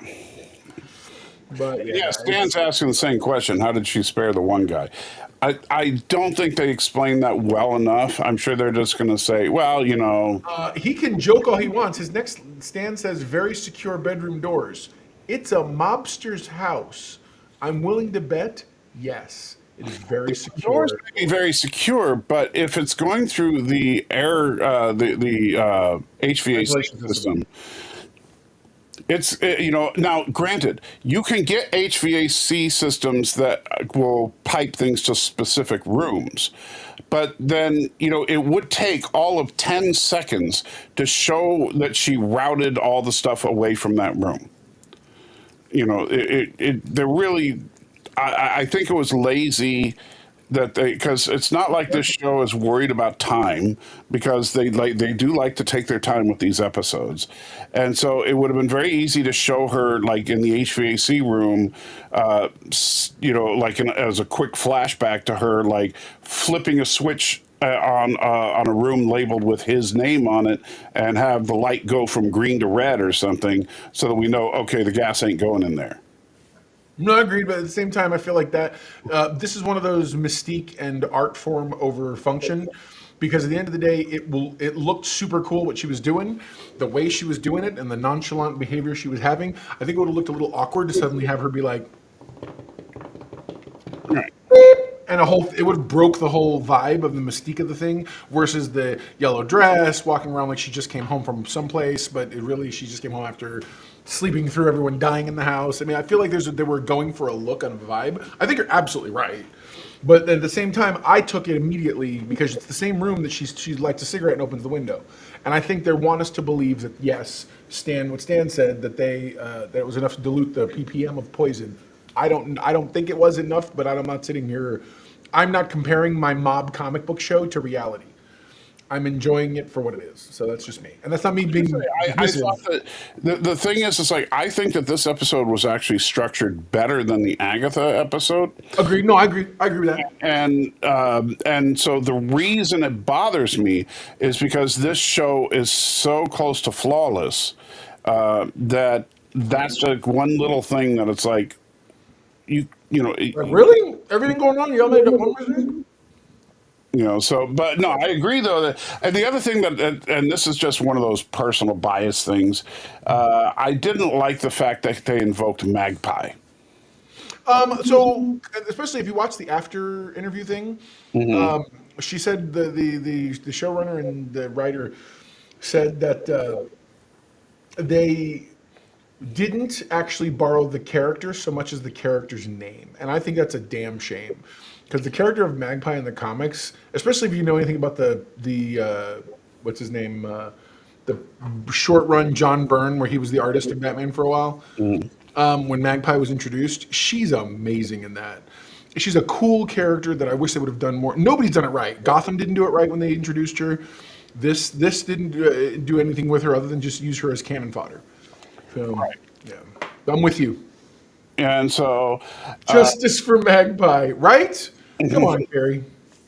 Yeah, so I didn't care for that, because I thought that they, Magpie is too important a character to do that to, and it's kind of funny because there we go. I'm going to share.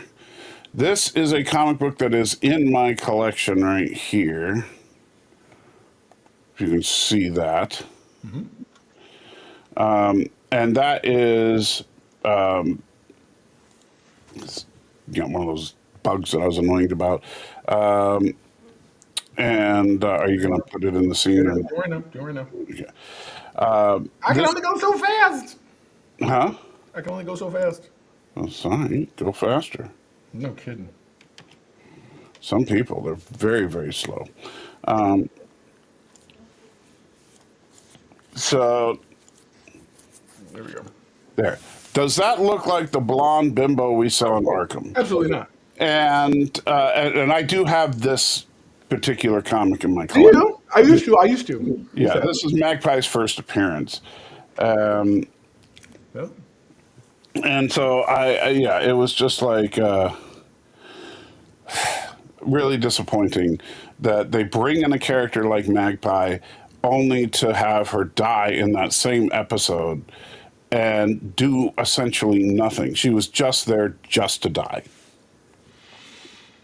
Yeah. Yeah. Or in wrestling, we call it a work. She was there to get killed by Sophia Yeah. in a brutal, brutal way, and kind of usher, because Sophia had just passed the test without killing the previous chick, who ended up killing herself, Right. only for the next morning her to be so annoyed by this girl that she like curb stomps her on the cafeteria table. Yeah, which makes no sense. Which I'm just like, no, I mean, it made sense in that she was so frustrated that she then, but like, why now? Why did this set you Yeah, off? because, well, the other girl was intentionally provoking her. Correct. Magpie really wasn't. No, but it's that voice. Well, yeah, she has an annoying voice, but, you know, Super annoying. my mom had an annoying voice. I never wanted to throw her into the, kitchen counter and kill her. I'm just saying. Comic aside, yeah, I get it. I think I get it. Yeah, man, it's unreal.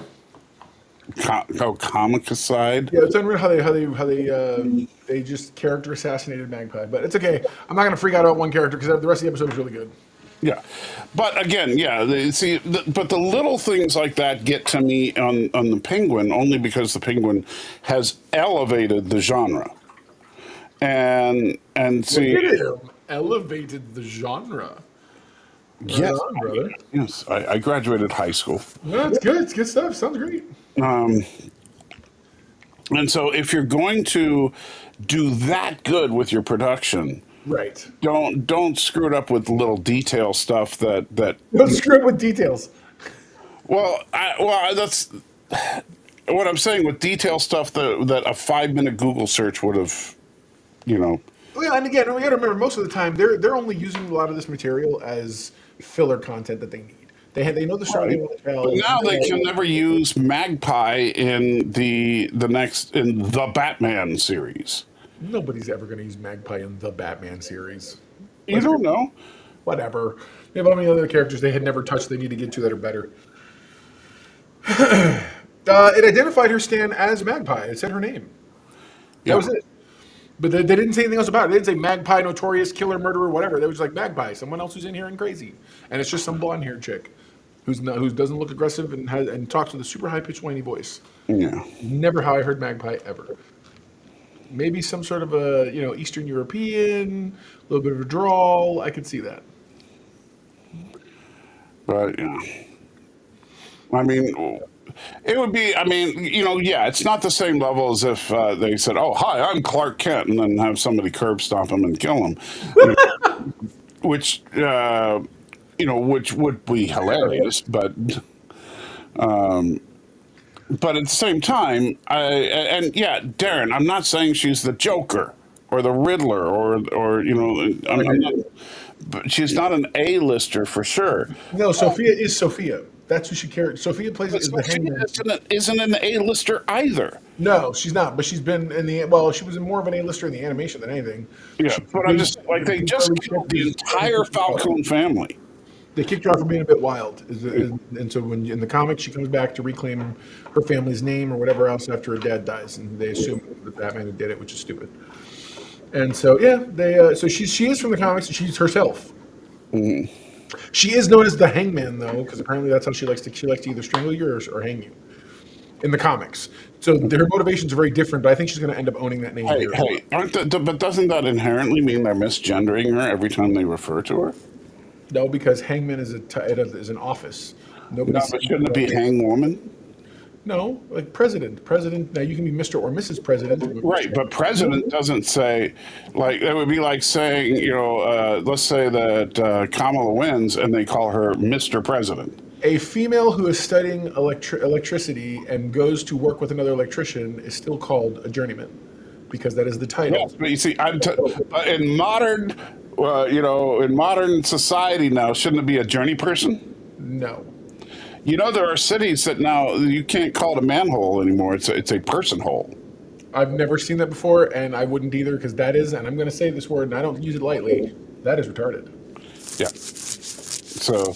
And I don't mean somebody with Down syndrome. I mean, that is a genuine, someone who has a mental disorder of some kind that is not making them not think right, because that is not good.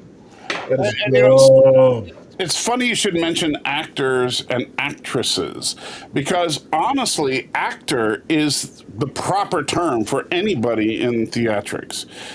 However, actress came about because they wanted to come up with a way to differentiate men and women for things like the awards. Yeah.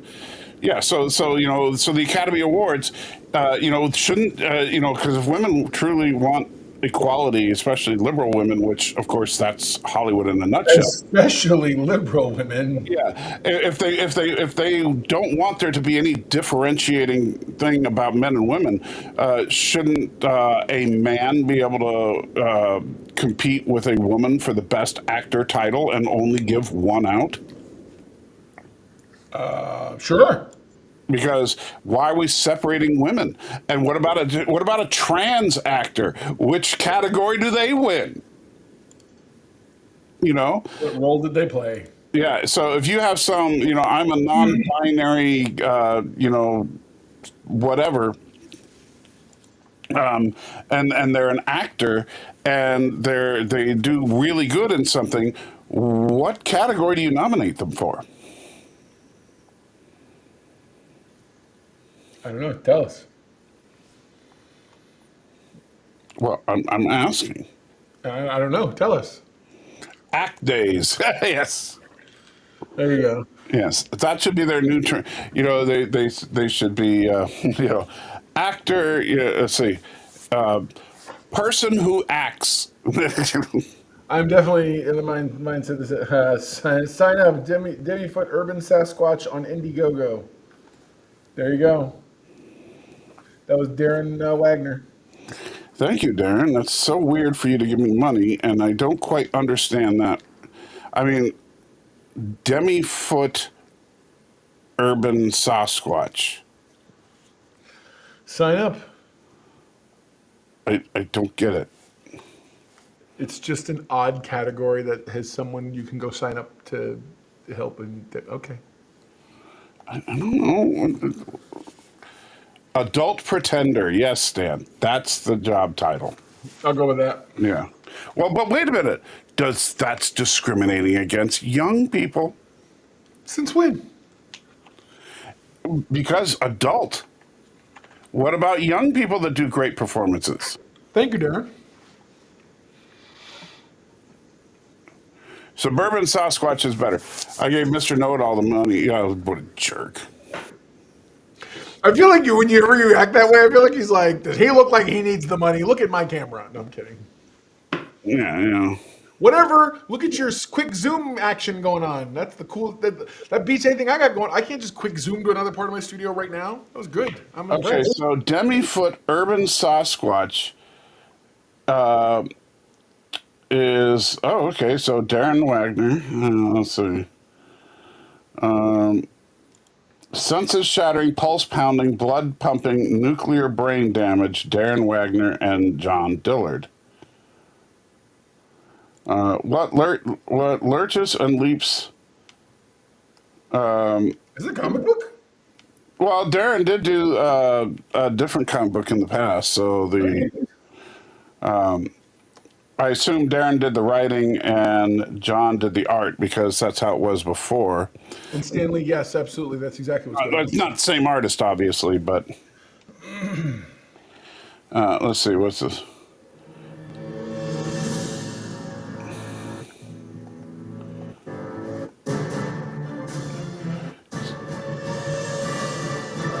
So basically, it's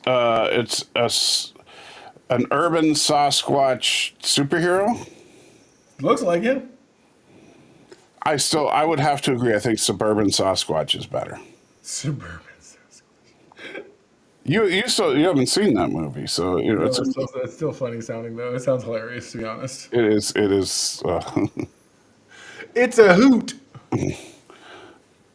Is that how we say it? No? Is that how we say it? No, nobody says hoot. I don't know. I think I could say hoot. You could say hoot. You would just be wrong in doing it. You make up just these weird arbitrary rules sometimes. I agree with somebody before who said your shtick is just to be contrary. I don't think it's just to be contrary. No, there's like You can't even help it because you know you want to say that. Right. Like deep down inside, you want to say that. Right. no, there's a wasp over here. So I'm. Oh my God! Your bug catcher thing, literally. This is it. This is the moment, everybody. What? We talked about it. You turned it off. You took off your bug catcher, and now you're catching the bugs are there. No, now there's literally a wasp in this room. And I know I have some. Okay, good. There's some rain right here. I swear, all I want is for like something to go bad, and then like there's a like one of those color match tone things. Like your signal died just then. It's like, what happened, Salty? What happened? All right, so I've soaked the wasp. Hopefully it dies. Otherwise, it's going to be really pissed off. What did you just soak it with? Spectacular bug stop. Oh, yeah? Yes. Interesting. Not to be confused with Spectacular Spider-Man. I knew that. But I can't see where it fell to, so hopefully it's actually dead. If it's not dead, then I am going to... If I suddenly scream in agony, you'll know why. That makes sense.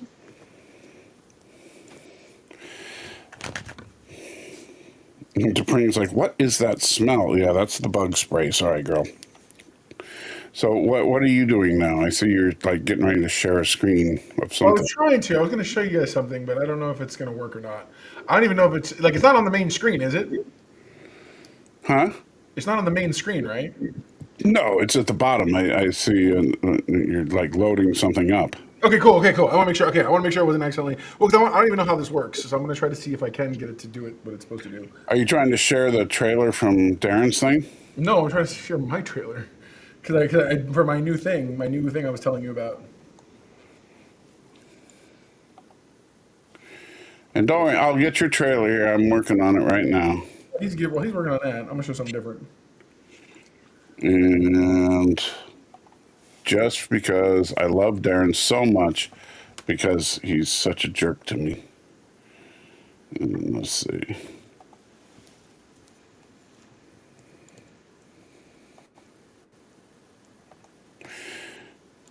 Yeah, that's when T'Pring started to mutate, Your Honor. Yes.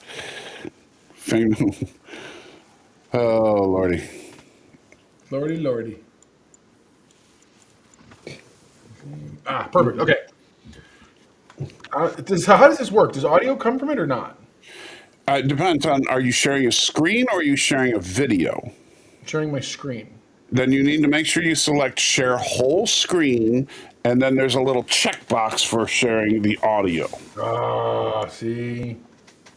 All right, let's see. So entire screen. Yeah. And PETA with $1 donation. Thank you so much. How dare you? That wasp had a family, you know. How dare you? That wasp had a family, you know. Well, So weird. I don't feel bad. What did you say? I said I don't feel bad for the wasp family. All right. I think I can. I got to figure out how to do multiple things at once. This is so difficult. And I know you're doing it because I can hear the echo from me. So you're definitely sharing audio.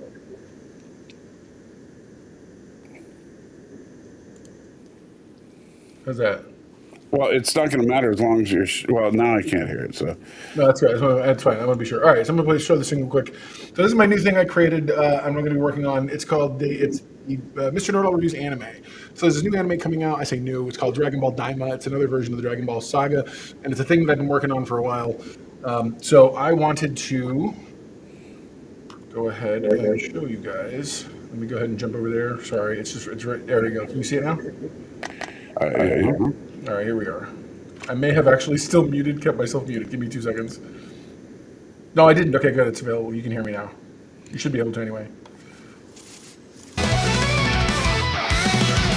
やれない目の世界によこそ知識のすべて知る男そのキャラ全部見せるレビューの力で探るよ見せたのウィンドウアニメを深く語る君の知らない真実一緒に見つけよう新しい視点で見る隠れた宝を探し出す笑いも涙も共に感謝の輪ここに集まるミスターのリトルアニメの深く語る君の知らない真実一緒に見つけよう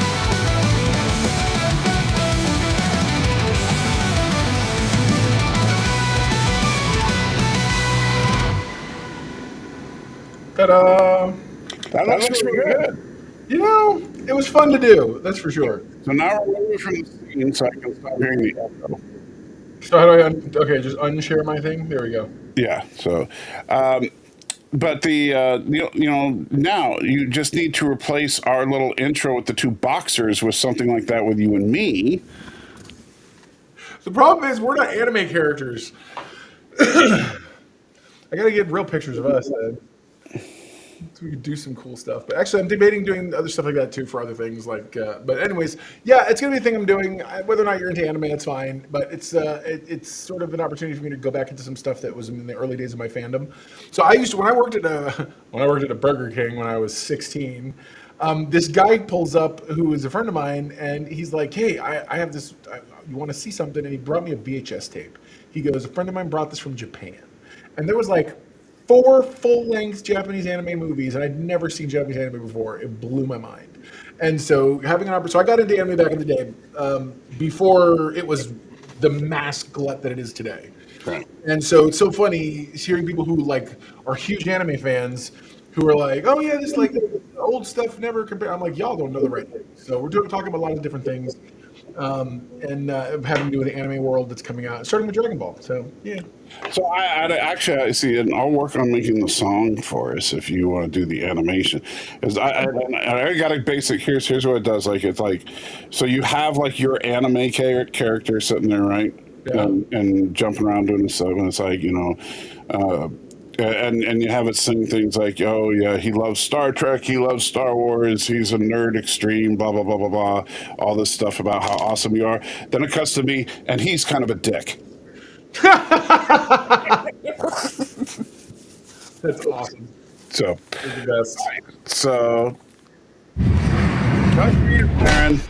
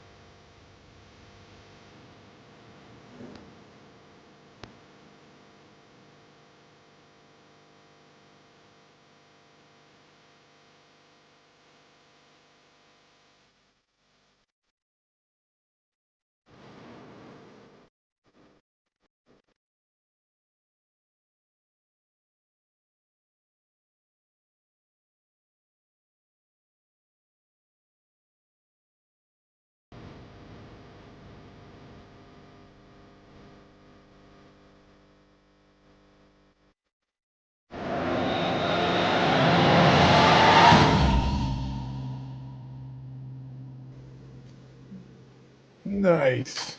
Very good. Very cool. Nice, dude. I like it. And Oh, there you go. You got it. You're ahead of me there. But yeah, Good. That was really good. yeah. Planet X, Agatha All Along is about Agatha Christie. In fact, yes. Agatha Christie. No, it's about Agatha Harkness, the character from WandaVision, and it's all about her. We thought it was a redemption arc. Now I don't know. So we'll see where it goes. It's been fun though. I'm enjoying it. It's doing amazing. It's doing the Lord's work in terms of storytelling. There are 2 shows. They're doing a good job with it, but but the good thing about it is that I don't have 100% where it's going with. Like, will this end up with Agatha redeeming herself? Will it end up with her going full on evil? I genuinely don't know, and I'm curious because could this be the birth of another hero with Wiccan and his brother? What's his brother called? I don't remember. Tommy. Yeah, I know it's Tommy, but like, his speedster name? Wiccan and super fast dude. Racy Boy. I don't know. Racy Boy. Yeah, Wiccan and Racy Boy. Yeah, I don't know whatever it is. That'll be the next series. Wiccan and Racy Boy. WandaVision was a TV show on Disney Plus that helped spin off the MCU into fun little bite-sized television shows that we all love so much. Well, we love Nobody has a problem with any of them. It's all wonderful. There's never been a single complaint about anything that Disney has done in the last year. Wonderful stuff. You know what's so funny is I was watching earlier today a video from, you know who Sheev Talks is? Yes. Oh man, he just wanted to eviscerate Deadpool and Wolverine.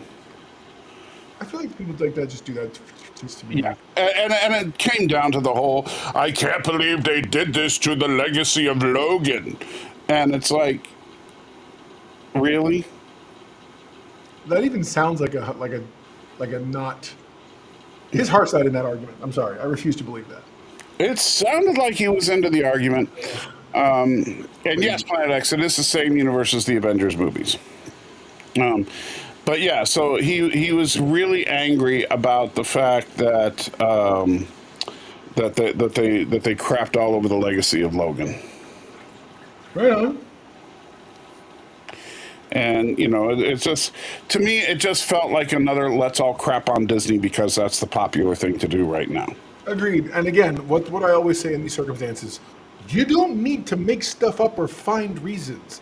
Disney does a pretty good enough job on their own doing dumb crap. Right. When So they do something good, we may as well point it out.